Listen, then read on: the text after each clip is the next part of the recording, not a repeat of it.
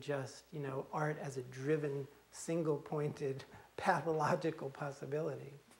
In many ways, when I destroyed my art, I felt it was so limited in the way I was doing it and in my beliefs, and you know, it took so much will holding this small piece of life together.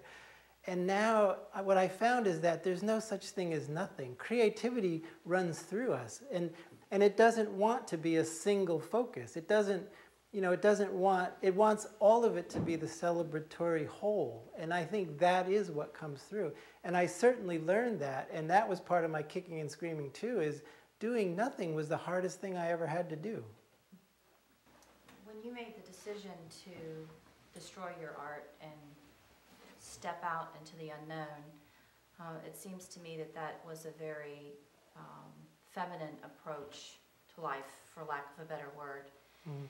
And I noticed that a lot of your artwork has a lot of the feminine in it, and I just wondered if you could comment on that, and also where do you see that energy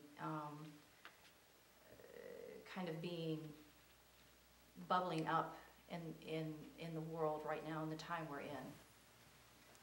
I know for me, you know, because I was so willful, so driven, trying to find meaning to everything that my life was about at that time, I maxed out the masculine aspect. And I think part of the shift that I sensed as a young artist at that time was that shift from the masculine to the feminine. It was really coming through. And of course, you know, as many of you know, it's, you know, there are many expressions of it. Now, I think the whole goddess tradition that emerged came out of that, you know, collective shift that was larger than our ideas. It's not just an idea, it's a reality shift. I think even what you're seeing in our government today is one last ditch effort to hold on to the last bit of the masculine.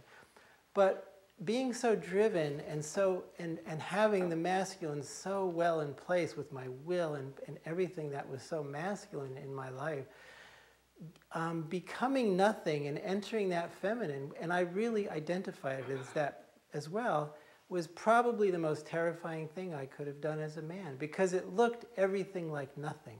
There's a vastness about the feminine, and I think women, generally speaking, are much more comfortable with the unknowing and the vastness than men are. We need to define it, and to, you know, to have a goal and to have a career and to be able to, you know, say who we are and have it very much written on paper right in front for the world to see.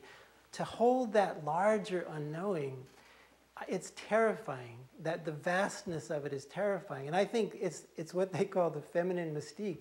Men are very attracted to that, and the spatialness and the courage and the sort of easy courage that women inhabit the space with, but it's also a terrifying thing. And I think even in relationships, often what we're attracted to, we're also repulsed by, and there's the push and pull, but it creates a kind of proper tension.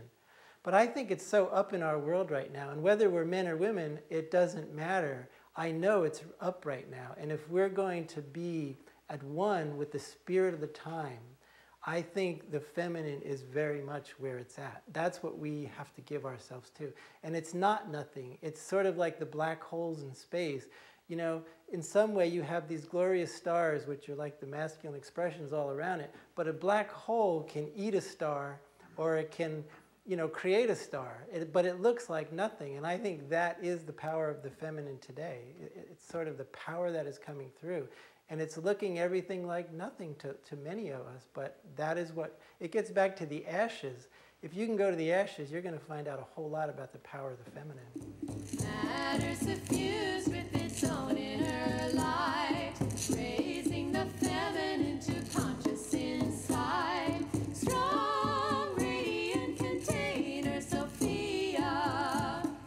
Dark, intuitive receiver, Sophia. I think there's a lot to be said about innocence. And I think what we have as children is a kind of unconscious innocence, and there's just magic in life. I mean, we all know, and we're all so attracted to the magic that children experience. They just are so fully alive because they're so in touch with that.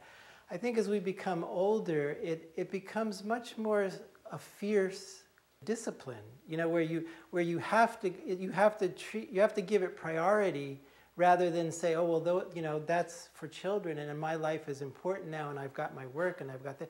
I think to keep conscious innocence in place takes fierce determination, and I think that's the job of all of us as we get older. You know, I think it's so easy to lose, and the worst thing that happens is our indifference. And I think when we can consciously stay in touch with our innocence, we fiercely keep away all the things that want to kill it. Those things that come in and say, you can't live your innocence now, you have to be responsible. All of those voices have to be fiercely kept at bay to hold the space for your innocence, because it's in that innocent relationship with the mystery, which is about a kind of open unknowing. That's what innocence is, in a sense, that I feel the magic comes in. That, you know, it's where you can dance with your angels. Jerry, you said that you didn't work for 15 years and just lived off what people gave you. Then you came back into the world of working, or somehow. How do you financially do it now, and how do you philosophically, how does the money issue fit into your world today? Well, I mean, at many levels, I still feel I don't know. You know, and of course, over the years, many people have offered to buy art, and I still don't sell art. I'm still trusting. But what has emerged is that the stuff of my life, the story, the work, in the relation, whatever it is people find useful in my story and in my experience, it has always been where my passion is. It's the place where I come alive. It's the place where I feel I can help others who might be suffering in similar ways that I did.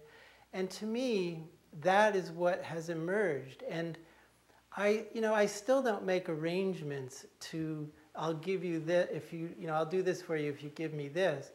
But money, more and more money is coming into life. I mean, because of that work, I've stayed on the beam. I've done I still am doing the same thing that I love to do, and it's all emerging. There's a lot stirring in my life. There's possibility of museum exhibition coming up, and so all of that worldly stuff is all still stirring. I mean, we are getting paid at, large amounts at times for some of our work, and it's just kind of like, that's just what has emerged. And again, it's like art, or it's like, my years of celibacy. You put it on the altar, and in some way it comes back. But I don't negotiate that possibility. I don't work it. It's not my goal in life. But I've done it with nothing, and at some level we're still doing it. I mean, grants come when we need it, and if this work is to continue, something always seems to come through. And I'm still trusting in the same way, although it's gotten much more complicated and much larger, and in many ways much easier. But it's based on the same stuff, the same foundation. And that foundation is, I could let it all go. That's the thing that holds my life together. It's the thing that holds my relationship together. It's the thing that holds my world here together. I can let it all go. And it's not like an idea. It's more like, whenever I'm afraid of losing everything, between God and I am willing to let it go. And I think in that, the mystery of that relationship, you have to mean it. It's not a place that you can fake. It's if you're really willing to let something go because you still value the spirit of the journey, you can have it because it doesn't matter. And money's coming into life because it doesn't matter. Just like art came into life, just like relationship turned to life, all because it doesn't matter. How does your story relate to what we're going through right now? In terms of the latest election, in terms of environmental, all of that? Well, as I said earlier, I feel a lot of what's going on in our country is a kind of death rattle. It's some last-ditch effort to hold on to something that's not sustainable to our environment or anything else. I feel what I went through, and I'm not alone. I feel most of the people we are working closely with now are people who in one way or another are going through a kind of metaphorical death experience.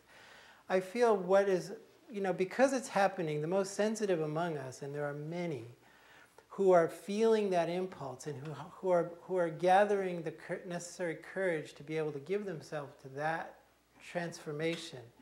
are doing it on behalf of the world, because I feel the world is going through that kind of radical shift, and it's a real radical shift in consciousness. So I feel those of us who have said yes to the journey are here to help the rest of us who have not quite done it yet.